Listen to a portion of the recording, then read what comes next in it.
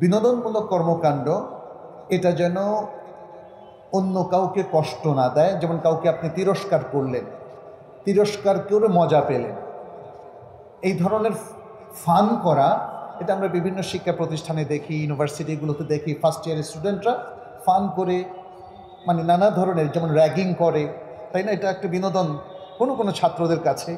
অথবা তারা ছাত্রদের খুব বাজে বাজে নাম দেয়, কাউকে কারো বিরক্তির কারণ হয়। ইউনিভার্সিটিতে যখন আমরা ভর্তি হতে যাব তখন দেখেছি অনেক ইউনিভার্সিটির স্টুডেন্টরা, ছেলে কিংবা মেয়েরা, তারা কান্না পর্যন্ত করেছে যে অন্যজনের বিনোদনের শিকার তারা হয়েছে। তাহলে এখানে কি ধরনের বিনোদন?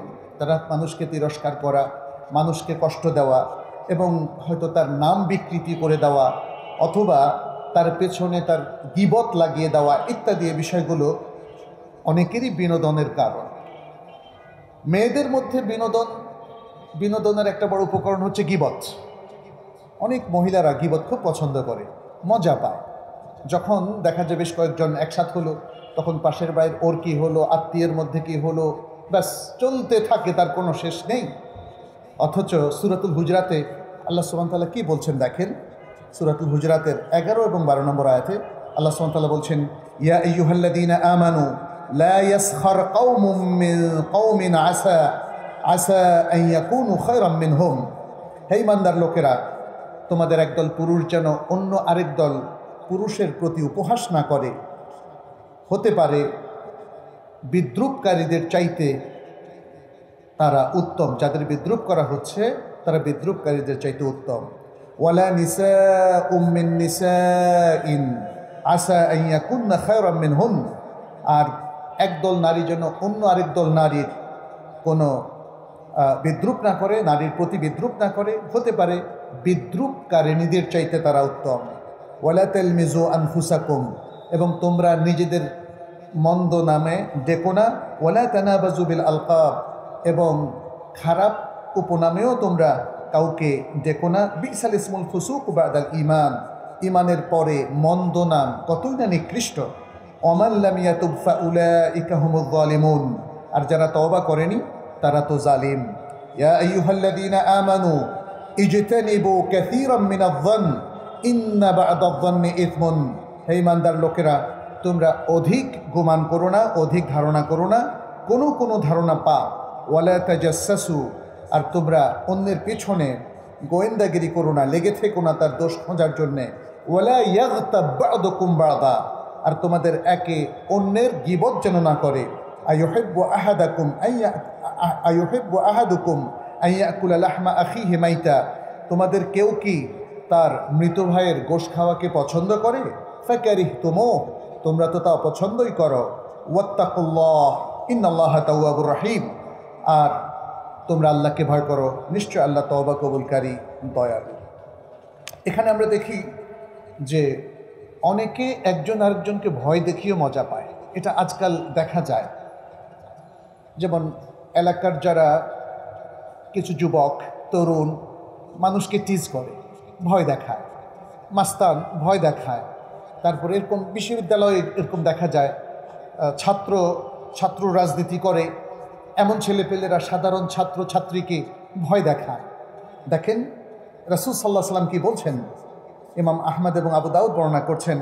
রাসূল সাল্লাল্লাহু আলাইহি ওয়াসাল্লাম বলেছেন, লা ইয়াহিল্লু লিমুসলিমিন আন ইউরাওয়া মুসলিমান, একজন মুসলিমের জন্য এটা হালাল নয় সে আরেকজনকে ভয় দেখাবে।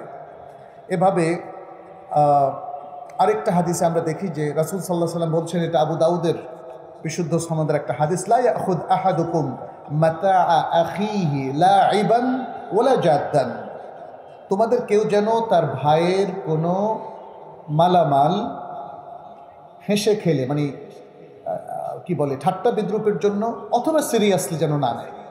আমরা অনেকেই দেখি যে আমরা মানে বন্ধুবান্ধবের মধ্যে একজন আরেকজনের মাল লুকিয়ে ফেলে অথবা নিয়ে যায়, দুষ্টামি করে, বললে যে পরে আমি ফান করেছি। তো এই ধরনের ফান করাটা এখানে নিষেধ। এখানে দ্বিতীয় সাব পয়েন্টটা হলো, আমাদের এই বিনোদনমূলক কার্যক্রম এটা যেন মিথ্যা এবং অপবাদের উপর প্রতিষ্ঠিত না থাকে। রাসূলুল্লাহ সাল্লাল্লাহু আলাইহি ওয়াসাল্লাম বলেছেন, ওয়াইলুল লিল্লাযী ইউহাদ্দিসু ফায়াকযিবু লিইউদহিকা বিহিল কওম ওয়াইলুল্লাহু ওয়াইলুল্লাহু। এই হাদিসটা বর্ণনা করেছেন ইমাম আহমদ, আবু দাউদ এবং হাকিম আন-নাইসাবুরি, ইমাম দাহাবি আর অনেকে। ইমাম হাকিম এটাকে সহিহ বলে উল্লেখ করেছেন। নবী সাল্লাল্লাহু আলাইহি সাল্লাম বলছেন, ধ্বংস ওই ব্যক্তির জন্য যে কথা বলে তারপর মিথ্যা বলে, যাতে এই মিথ্যা কথা শুনে কাউমকে, লোকদেরকে হাসানো যায়। তার ধ্বংস হোক, তার ধ্বংস হোক। তাহলে এই ধরনের বিনোদন দেওয়া যাবে না। মানুষের সাংস্কৃতিক জীবন আসলে তার সব কিছুকেই অন্তর্ভুক্ত করে। সংস্কৃতিকে আরবিতে বলা হয় আত-তাকাফা, আর এখান থেকে এসছে আল হায়াতুত তাকাফিয়া, সাংস্কৃতিক জীবন, অথবা আল আমাল আত-তাকাফিয়া, সাংস্কৃতিক কর্মকাণ্ড। এর ব্যাখ্যায় আমরা আরবি তাকাফার বইগুলোতে যদি একটু স্টাডি করি, দেখি যে আমাদের ঈমান, আকীদা, আমাদের ইবাদত, সালাত, মুআমালাত, আচার আচরণ, আমাদের আখলাক, সব কিছু কিন্তু সংস্কৃতির মধ্যে পড়ে। ফলে সাংস্কৃতিক কর্মকাণ্ড পুরোটাই আমাদের জীবনের সব কিছুকে অন্তর্ভুক্ত করে। যদিও সাংস্কৃতিক কর্মকাণ্ড বলতে আমাদের দেশে বিনোদনমূলক কর্মকাণ্ডকে বোঝানো হয়, ফলে এখানে আমাদের এই শিরোনামের মধ্যে সংস্কৃতি ও বিনোদন একসাথে আনা হয়েছে। সাংস্কৃতিক অনুষ্ঠান বললে আমরা দেখি যে মঞ্চে গান বাজনা, বাদ্য অথবা নাচ গান এগুলোর আসর বসানো হয়। যদিও একটা দেশের সংস্কৃতি সেই দেশের সব কিছুকেই অন্তর্ভুক্ত করে, যেটি একটু আগেই বললাম। তো এখানে আলোচনার শিরোনাম থেকে আপনারা বুঝতে পারছেন যে যে সকল বিনোদনমূলক কর্মকাণ্ড আমরা করে থাকি, এখানে সেটাকে ইন্ডিকেট করা হয়েছে। এখন আমরা একটু বিশ্লেষণ করব, আল কোরআন এবং আস-সুন্নাহ আমাদের বিনোদনের জন্য কোনো স্পেস কি রেখেছে, কোনো অনুমোদন কি আছে, থাকলে কি ধরনের অনুমোদন দেওয়া হয়েছে, আর কি নীতিমালা এখানে দেওয়া হয়েছে, যে নীতিমালার আলোকে আমরা আমাদের জীবনের নানা ক্ষেত্রে বিনোদনমূলক কর্মকাণ্ডে অংশগ্রহণ করতে পারি। আমরা আল কোরআনের শেষ দিকে নাজিল হওয়া একটি বিখ্যাত আয়াত, যেটি সূরা আল মাইদার 5 নম্বর আয়াত, সেটি অধ্যয়ন করলে দেখি আল্লাহ সুবহানাহু ওয়া তাআলা আমাদের এই দিনকে একটি পরিপূর্ণ জীবন ব্যবস্থা হিসাবে স্বীকৃতি দিয়েছেন। যেমন তিনি বলেছেন, আল ইয়াউমা আকমালতু লাকুম দীনাকুম ওয়া আতমামতু আলাইকুম নি'মাতি ওয়া রাদিতু লাকুমুল ইসলামা দীনা। আজ তোমাদের জন্য তোমাদের দিনকে আমি পরিপূর্ণ করে দিলাম এবং তোমাদের উপর আমার নিয়ামতকে সম্পন্ন করে দিলাম, আর ইসলামকে তোমাদের জন্য দিন হিসাবে মনোনীত করলাম। এখানে একটা জিনিস কিন্তু স্পষ্ট হয়ে গেছে, নবী সাল্লাল্লাহু আলাইহি ওয়াসাল্লামের জীবদ্দশায় আল্লাহ তাআলা ইসলাম নামক এই মহাজীবন ব্যবস্থাকে পরিপূর্ণতা দান করেছেন। ফলে মুসলিম হিসাবে আমরা একটা পরিপূর্ণ জীবনের অধিকারী মানুষ। তাহলে জীবনের প্রত্যেকটা ক্ষেত্রে যেমন অনেকগুলো জরুরি বিষয় আছে, বিনোদনও তেমনি একটি বিষয়। বিনোদনও একটা জরুরি বিষয়, যদিও আমরা অনেক সময় এটাকে অতিরিক্ত বিষয় হিসাবে জানি। জরুরি এজন্যে, যখন মানুষ দিনের সিরিয়াস কাজগুলো করতে করতে, ইবাদত করতে করতে এক্সস্টেড হয়ে যায়, শিক্ষার্থীরা যখন পড়তে পড়তে ক্লান্ত হয়ে যায়, আমরা যারা চাকরিজীবী বা ব্যবসা করি, তারা কাজ করতে করতে পারিবারিক দায়িত্ব, দিনই দায়িত্ব, সামাজিক দায়িত্ব, দেশের দায়িত্ব পালন করতে গিয়ে যখন এক্সস্টেড হয়ে যায়, তখন কিন্তু বিনোদনের প্রয়োজন হয়। তখন মানুষ রিল্যাক্স করার জন্য সে চেষ্টা করে, তা না হলে তার উপর ভয়ঙ্কর একটা চাপ সৃষ্টি হয়। তার একটু মানসিক প্রশান্তি দরকার, একটু আনন্দ উল্লাস দরকার, একটু মন ভরে হাসার প্রয়োজন হয়। ইসলাম তো আসলে এটাকে কখনোই নিষেধ করেনি। যেহেতু ইসলাম পরিপূর্ণ জীবন ব্যবস্থা, অতএব মানুষের জীবনের জন্য বিনোদন প্রয়োজন, এই স্বীকৃতিটা ইসলামও দেয়। এবং তার অসংখ্য উদাহরণ আমরা রাসূল সাল্লাল্লাহু আলাইহি ওয়াসাল্লামের সুন্নাহর মধ্যে পাই। সাহাবাদের সাথে তিনি কখনো কখনো খুশ গল্প করতেন, তিনি সাহাবাদের সাথে কাব্যিক ঢঙে কখনো কথা বলতেন, কখনো তিনি তার স্ত্রী তার সাথে দৌড় প্রতিযোগিতাও করেছেন। আয়েশা রাদিয়াল্লাহু তাআলা আনহার সেই ঘটনা সহিহ বুখারীর মধ্যে এসেছে, আপনারা জানেন। তিনি একবার দৌড় প্রতিযোগিতা দিয়ে, স্ত্রীর সাথে দৌড় প্রতিযোগিতা, আপনারা কে কয়জন করেছেন? স্ত্রীর সাথে দৌড় প্রতিযোগিতা আমাদের অধিকাংশ মানুষই করে না, করার কথা ভাবেও না, কিন্তু রাসূলুল্লাহ সাল্লাল্লাহু আলাইহি সাল্লাম তিনি করেছিলেন, তিনি হেরে গেছেন। তারপর আরেক দিন তিনি জিতলেন। বললেন, আয়েশা, ওই যে তুমি জিতলা, আজকে আমি জিতলাম। কি মজা করলেন, তাই না? আসলে এই মজাটা দরকার। ঠিক তেমনি যেমন সাহাবায়ে কেরামের মধ্যে কেউ কেউ তাকে বলছিলেন, ইয়া রাসূলুল্লাহ, আপনার সামনে আমরা যদি আসি থাকি, মনে হয় যেন একদম জান্নাত জাহান্নাম সব ঠিক মতো দেখছি, এগুলো আমাদের সামনে একদম প্রতিভাত হয়, আমাদেরকে আখিরাতের কথা স্মরণ করিয়ে দেয়। কিন্তু আমরা যখন দূরে চলে যাই, সংসারে চলে যাই, তখন সব কিছু ভুলে যাই। রাসূলুল্লাহ সাল্লাল্লাহু আলাইহি সাল্লাম বললেন, সাআতান ওয়া সাআহ, সময় সবসময় একরকম না। মানুষ কখনো তার রিক্রিয়েশন প্রয়োজন হয়, তার মানে এই না যে সে সব কিছু ভুলে গেছে। আমরা যখন ধরেন কখনো খেলি, ব্যায়াম করি, সকালবেলায় একটু জগিং করি, কিংবা বন্ধুদের সাথে গল্প করি, বৈধ কোনো গল্প, তখন হয়তো কোরআন পড়ি না, সালাতও পড়ি না, কারণ ফরজগুলো তো আমরা আদায় করছি। তাহলে এই যে একটা বিনোদনমূলক আলোচনায় আমরা সম্পৃক্ত হলাম, আমরা কি তাহলে আল্লাহকে ভুলে গেলাম? আমরা কি কোরআন সুন্নাহকে ভুলে গেলাম? দ্বীন ইসলাম থেকে সরে পড়লাম? কখনো নয়। সেটি রাসূল সাল্লাল্লাহু আলাইহি সাল্লাম এখানে সাহাবাকে বললেন, সাআতান ওয়া সাআহ। তাহলে আল কোরআন এবং সুন্নাহর আলোকে আমাদের কাছে এটা খুবই স্পষ্ট যে বিনোদন এটা জীবনের অংশ। বিনোদন এবং আনন্দ উল্লাস এটা জীবন থেকে বিচ্ছিন্ন কোনো ঘটনা নয়, বরং সবার জন্যই রিল্যাক্স প্রয়োজন, বিনোদন প্রয়োজন। এটাকে আরবিতে তারবিহ বলা হয়, তারউইহ বলা হয়, তারবিহ আনিন নফস ইত্যাদি। আমরা এখানে ইসলামী বিনোদনের দুটো দিক নিয়ে আলোচনা করব। সাংস্কৃতিক কর্মকাণ্ড নিয়ে আমরা আলাদা কোনো আলোচনা করব না। আমার ধারণা এই শিরোনামের মধ্যে সংস্কৃতি বলতে সাংস্কৃতিক বিনোদনমূলক কর্মকাণ্ডকে যেহেতু বোঝানো হয়েছে, তাহলে এই কর্মকাণ্ডের যে বৈশিষ্ট্য সেটা আমরা একটু তুলে ধরি। এই বৈশিষ্ট্যের আলোকেই আমাদের এই কর্মকাণ্ডগুলো পরিচালিত করতে হবে এবং পাশাপাশি তার কিছু নীতিমালা আপনাদের সামনে আমি তুলে ধরব।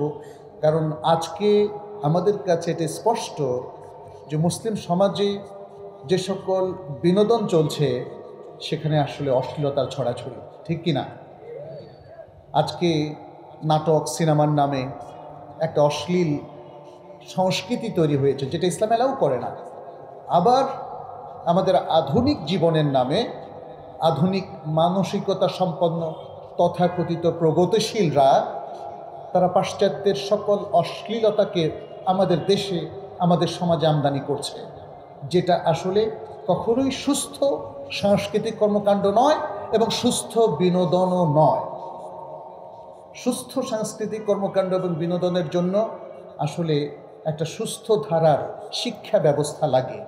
আজকের এই যে দাওয়াতুস সুন্নাহ কনফারেন্স একটা শিক্ষার অংশ। আমরা কেউ বিনোদনের জন্য এখানে আসি নাই। আমরা যারা এখানে আলোচনা করছি তারা কোরআন সুন্নাহ ভিত্তিক আলোচনা করার চেষ্টা করছি। আপনি যারা শুনছেন তারাও কোরআন সুন্নাহর কিছু মণিমুক্তা, কিছু জ্ঞান নেয়ার জন্য আপনারা এখানে এসেছেন। আমি আল্লাহর কাছে দোয়া করি তিনি যেন আমাদের এই প্রচেষ্টার মধ্যে বারাকা দেন এবং আমাদের প্রচেষ্টাকে কবুল করেন, আমিন। আচ্ছা, এখানে প্রথম যে বৈশিষ্ট্য আমরা বলবো যে মুমিনের সবচেয়ে বড় পরিচয় হচ্ছে সে আব্দুল্লিল্লাহ। আল মুমিনুন হুম ইবাদুল্লাহ, মুমিনরা হচ্ছে আল্লাহর বান্দা। তাহলে তার সবচেয়ে বড় বৈশিষ্ট্য হচ্ছে উবুদিয়্যাহ। সে তার বান্দার পরিচয়টাকে, আইডেন্টিটিটাকে সে বহন করবে। ফলে তার সমস্ত কর্মকাণ্ডের মধ্যে সেই পরিচয় থাকতে হবে। আমরা যখন বিনোদন করি সেই বিনোদনটাও যেন ইবাদতের অংশ হয়ে যায়। ইবাদতের দুটো অর্থ আপনারা জানেন, একটা স্পেশাল অর্থ যেমন সালাত, সাওম, হজ, যাকাতের মতো এক্সক্লুসিভ ইবাদত, আর আরেকটা হচ্ছে যে কোনো কর্মকাণ্ড যদি আমরা আল্লাহ এবং তার রাসূলের নির্দেশনা মতো পালন করি তাহলে সেটা সাদাকা এবং সওয়াবের কাজ হিসাবে গণ্য হয়। অতএব ইসলামে বিনোদনটাও একটা ইবাদত। ফলে ইসলামী বিনোদনের একটা বৈশিষ্ট্য হচ্ছে আল উবুদিয়্যাহ। এই বিষয়টা এখানে থাকবে। আমরা দালিলিক আলোচনা আর যাচ্ছি না, সেটা পরবর্তী বিষয়ে আমরা লক্ষ্য করব। দ্বিতীয় হচ্ছে বিনোদনের ক্ষেত্রে আমরা মানুষের যে ফেতরাত, নেচার, যেটার উপর আল্লাহ তাআলা আমাদেরকে সৃষ্টি করেছেন তার সাথে সঙ্গতি রাখব। অশ্লীল কোনো কিছু কিন্তু আসলে মানবীয় ফেতরাতের সাথে যায় না। ছোট বাচ্চাও কিন্তু অশ্লীল দৃশ্যকে বুঝতে পারে যে এটা আসলে সুন্দর নয়, এটা অসুন্দর। ফলে আমাদের সকল বিনোদন কোনো না কোনোভাবে যাতে আমাদের মনের খোরাক হয়, অথবা আমাদের বুদ্ধির খোরাক হয়, অথবা আমাদের শরীরের খোরাক হয়, এবং সেটা যেন বৈধতার সীমারেখার মধ্যে থাকে। আচ্ছা, এরপরে তৃতীয় যে বিষয়টি সেটি হচ্ছে ব্যালেন্স রক্ষা করা। আপনি আপনার জীবনের অনেক কর্মকাণ্ড আছে, অনেক স্তর আছে, অনেক প্রায়োরিটিজ আছে। বিনোদন কখনো আমাদের 1 নম্বর প্রায়োরিটি হতে পারে না, এটা মনে রাখতে হবে। আমাদের শিক্ষার্থীরা, ছাত্ররা যদি সারাদিন ক্রিকেট খেলা দেখে বসে বসে, অথবা খেলার মধ্যে মজে থাকে, ফুটবল খেলে, অন্য খেলে, তাহলে তার পড়ালেখা সে কখন করবে, এবং তার চেয়ে গুরুত্বপূর্ণ সালাত কখন পড়বে, ইত্যাদি বিষয়গুলো। খেলাধুলার মধ্যে কোনটা জায়েজ না জায়েজ সেটা হয়তো আমাদের বিনোদনের পরবর্তী আলোচনায় আসবে ইনশাআল্লাহ। এই জন্যে বিনোদন এটা যেন স্বল্প সময়ের জন্য হয়, এবং স্বল্প সময়ের জন্য বিনোদনই আমাদের জন্য যথেষ্ট। সকালবেলায় কিছু ব্যায়াম, এটাও বিনোদনের অংশ হতে পারে। আবার বন্ধুদের সাথে একটু হাসি ঠাট্টা করা, সেটাও একটা বিনোদন হতে পারে। কিন্তু মানুষ সারাক্ষণ এগুলোর মধ্যে মজে থাকবে না। আজকের আধুনিক ব্যবস্থাপনা কিন্তু আমাদেরকে সার্বক্ষণিক বিনোদনের দিকে ঠেলে দিয়েছে। আমরা ইমব্যালেন্সড হয়ে যাচ্ছি। মানুষ সারাক্ষণ দেখবেন যে অনেকে সংবাদপত্র পড়ে সারাদিন বসে বসে, কেউ সারাক্ষণ খবর দেখে, কেউ সারাক্ষণ খেলা দেখে, কেউ হয়তো বা নাটক সিনেমা দেখে, কেউ সোশ্যাল নেটওয়ার্কে সারাক্ষণ নিজেকে ব্যস্ত রাখে। Very imbalanced. এটা করা যাবে না। এই ধরনের বিনোদন ইসলাম অ্যালাউ করে না। আচ্ছা, তারপরে বিনোদন যেন আমাদের সিরিয়াস কাজগুলোর মধ্যে কোনো ধরনের বিঘ্নতা না ঘটায়। আপনি এমন কোনো ব্যায়াম বা বিনোদনের মধ্যে সম্পৃক্ত হলেন, আপনার সালাত চলে গেল, খবর নাই। অথবা আপনি কোনো রিল্যাক্স মুডের মধ্যে থাকলেন বা বিনোদনে সম্পৃক্ত হলেন, আপনার জরুরি কাজগুলো ব্যাহত হয়ে গেল। পরিবারের সদস্যদের সাথে আপনার জরুরি কাজ আছে, আল্লাহর সাথে আপনার জরুরি কাজ আছে, আপনার প্রতিষ্ঠানের সাথে আপনার জরুরি কাজ আছে, আপনার চাকরিস্থলে জরুরি কাজ আছে, সেগুলো আপনি মিস করে বিনোদন করবেন, সেটা শরীয়তে গ্রহণযোগ্য নয়। আচ্ছা, বিনোদন আপনি করবেন দুটো উদ্দেশ্যে। এক, হয় ব্যায়াম, আর অথবা মনের প্রশান্তির জন্য। বিনোদন নিজের কামনা বাসনা চরিতার্থ করার জন্য অবৈধ উপায়, সেটা কখনো জায়েজ হবে না। আমরা সেই আলোচনাতেই এখন যাচ্ছি যে ইসলাম আসলে কী নীতিমালা তাহলে আমাদেরকে দিয়েছে। আচ্ছা, প্রথম হচ্ছে বিনোদন যেন আমাদের মূল লক্ষ্য না হয়, বরং বিনোদন যেন আমাদের প্রশান্তি, আনন্দ, উল্লাসের একটা ওয়াসিলা বা উপকরণ হয়। এটা হলো প্রথম মূলনীতি। দ্বিতীয় আরেকটি মূলনীতি হচ্ছে বিনোদনটা যেন আমাদের সিরিয়াস কাজে পরিণত না হয়। এটা কিন্তু আজকে হয়ে গেছে। সিরিয়াস কাজটা কি? যেমন আপনার প্রফেশন হিসাবে আপনি বিনোদনকে নিলেন, এন্টারটেইনমেন্ট, এটা আপনার প্রফেশনাল জব, যেটা হতে হতে দীর্ঘদিন ধরে হতে হতে দেখেন আমরা ভুলেই গিয়েছি যে আসলে খেলাধুলা বা বিনোদনকে প্রফেশন হিসাবে নেওয়া যাবে না। কারণ এটা সিরিয়াস কোনো কাজ হিসাবে বা প্রফেশন হিসাবে ইসলাম অ্যালাউ করে না। আপনি ফুটবল খেলবেন শরীয়তের সীমারেখা মেনটেন করে, স্বল্প সময়ের জন্য যাতে ব্যায়াম হয়ে যায়। ক্রিকেট খেলবেন যাতে ব্যায়াম হয়ে যায়, কিন্তু এটাকে প্রফেশন হিসাবে নেবেন, সেটা শরিয়া অ্যালাউ করে না। আচ্ছা, তৃতীয়ত হচ্ছে আমাদের যে কোনো বিনোদন, যে কোনো সাংস্কৃতিক কর্মকাণ্ড, অথবা যে কোনো রিল্যাক্সের কাজ, এটা এমনভাবে হওয়া উচিত যেটা শরিয়া বৈধ বলে ঘোষণা দেয়, এমন হওয়া উচিত নয় যেটা শরিয়ার সাথে সাংঘর্ষিক। এখানে অনেকগুলো সাব পয়েন্ট আছে। 1 নম্বর পয়েন্ট হলো, যেমন তৃতীয় সাব পয়েন্টটা হলো, এমন বিনোদন করা যাবে না যে বিনোদনের মধ্যে অপব্যয় আছে, যে বিনোদনের মধ্যে মানুষের বৈধ সম্পত্তি নষ্ট হয়ে যায়। আল্লাহ সুবহানাহু ওয়া তাআলা বলছেন, ওয়াআতি যাল কুরবা হাক্কাহু ওয়াল মিসকিনা ওয়াবনাস সাবিল ওয়ালা তুবাদ্দির তাবদীরা ইন্নাল মুবাদ্দিরিনা কানু ইখওয়ানা শায়াতিন ওয়া কানা শায়তানু লিরাব্বিহি কাফুরা। বলছেন, আর আত্মীয় স্বজনকে তাদের হক দাও, মিসকিনকে এবং মুসাফিরকেও তার হক দাও, আর তোমরা অপব্যয় করো না, নিশ্চয়ই অপব্যয়কারীরা শয়তানের ভাই, আর শয়তান তার রবের প্রতি বড়ই অকৃতজ্ঞ। সূরা বানী ইসরাঈলের মধ্যে আল্লাহ সুবহানাহু ওয়া তাআলা বলছেন। চতুর্থ সাব পয়েন্টটা হলো, এমন বিনোদন করা যাবে না যে বিনোদনের মধ্যে ইখতিলাত আছে, নারী পুরুষ একসাথে মিশে আনন্দ উল্লাস করছে। নারী পুরুষের ফ্রি মিক্সিং, সেটা ইসলাম কখনোই অ্যালাউ করে না। এমনকি মসজিদেও তো নারী পুরুষের ফ্রি মিক্সিং অ্যালাউড না। নারীদের জন্য আলাদা থাকবে, শিক্ষা খাতে, শিক্ষা প্রতিষ্ঠানে, খেলাধুলায়। কিন্তু মুসলিম কালচার কত দ্রুত পরিবর্তন হয়ে গেল দেখেন। মুসলিম দেশে, মুসলিম জনপদে নারী পুরুষের অবাধ মেলামেশা, মানে যেটা একটা ইসলামিক সমাজে কখনো কল্পনাই করা যায় না। একটা কালচারকে ধীরে ধীরে দীর্ঘকাল ধরে পরিবর্তন করে দেওয়া হয়েছে, এবং অমুসলিম কাফেরদের দেশে যে সমস্ত অশ্লীল কৃষ্টি কালচার আছে, সেটা ধীরে ধীরে মুসলিম দেশগুলোতে আমদানি করা হয়েছে, এবং আমাদের দেশেও তাই হয়েছে। অথচ ইসলাম কখনোই এই ধরনের ইখতিলাতকে জায়েজ বলে না। একজন আরেকজনের প্রতি দৃষ্টি দিবে, সেটা কখনোই গ্রহণযোগ্য নয়। কারণ এগুলো ধীরে ধীরে ফ্রি মিক্সিংটা আরেকটা কালচারের দিকে নিয়ে যায়, সেটা হলো জেনা, ব্যভিচারের কালচার। এবং এখন তো আমরা দেখতে পাচ্ছি সমকামিতার কালচারটাও এখন বপন করা হচ্ছে, নানা শব্দের আড়ালে শিক্ষায় প্রতিষ্ঠিত করা হচ্ছে, সংস্কৃতিতে প্রতিষ্ঠিত করা হচ্ছে, এবং মানুষের কাছে যেন এগুলো ডালভাত হয়ে যায়, অর্থাৎ খুব ওয়েল অ্যাকসেপ্টেড হয়ে যায়, অথবা নো প্রবলেম টাইপের একটা মেন্টালিটি তৈরি হয়। সেই জিনিসটা আসলে দীর্ঘকাল থেকে হয়ে আসছে, এখনও হয়ে আসছে। পঞ্চম যে বিষয়টি, সেটি হচ্ছে আমাদের বিনোদনের মধ্যে কোনো বাদ্যযন্ত্রের ব্যবহার থাকতে পারবে না।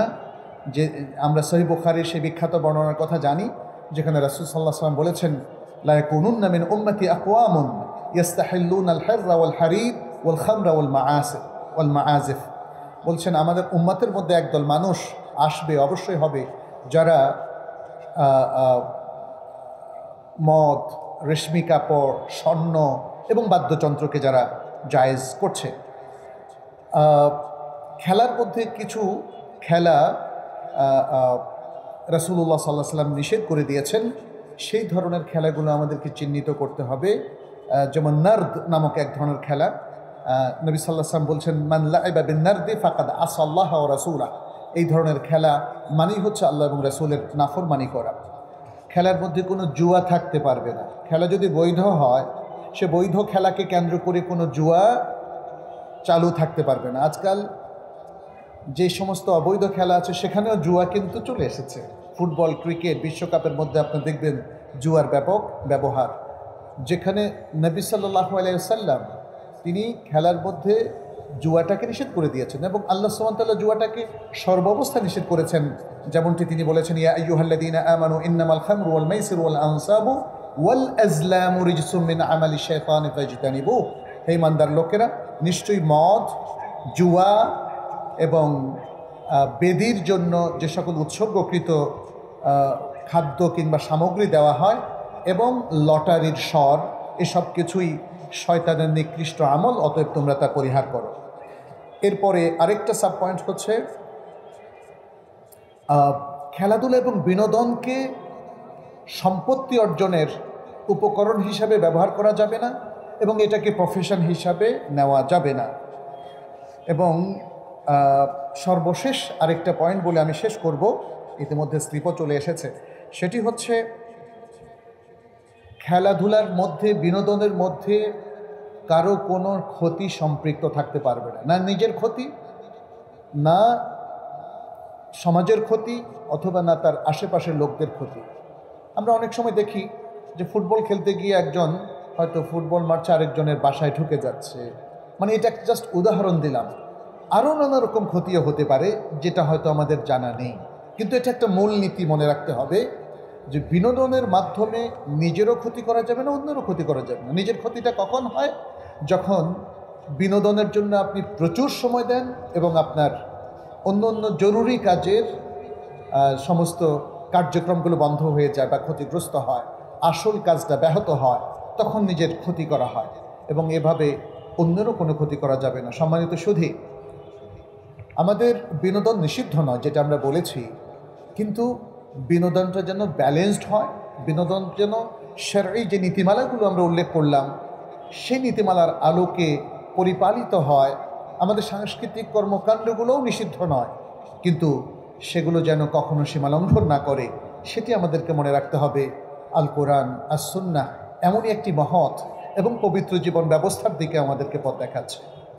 সাংস্কৃতিক কর্মকাণ্ড এবং বিনোদন কতটা পবিত্র হতে পারে সেটি আমরা সিরাতুর রাসূল সাল্লাল্লাহু আলাইহি সাল্লাম থেকে জানতে পারি, সাহাবায়ে কেরাম এবং আমাদের সালাফের জীবনী থেকে জানতে পারি। আমাদের প্রত্যেক ইমাম, যিনি হাদিসের ইমাম, তাফসিরের ইমাম, ফিকহের ইমাম ছিলেন, তাদেরও বায়োগ্রাফি পড়ে দেখেন, তারা সকলেই হাসতেন, হাসাতেন, মজা করতেন। তাদের জীবনকে তারা খুব কঠিন করে ফেলেননি, কিন্তু সে সবই হতো কোরআন সুন্নাহর আলোকে। অতএব আসুন আমরা কোরআন সুন্নাহর আলোকে আমাদের পুরো জীবনটাকেই তৈরি করি, সমৃদ্ধ করি। অদূর ভবিষ্যতে আমাদের এই বাংলাদেশ যেন কোরআন সুন্নাহর আলোকে সমৃদ্ধ হয়, আলোকিত হয়। আমরা সে আশায় আমরা বুক বেঁধে থাকলাম এবং আমাদের তরুণদের প্রতি আমাদের আহ্বান থাকলো তারা যেন কোরআন সুন্নাহর দিকে চলে আসে, একটা পবিত্র জীবনের দিকে তারা চলে আসে, পবিত্র জীবনের একটা সুন্দর চর্চার মধ্য দিয়ে আলোকিত বাংলাদেশ তারা তৈরি করতে পারে।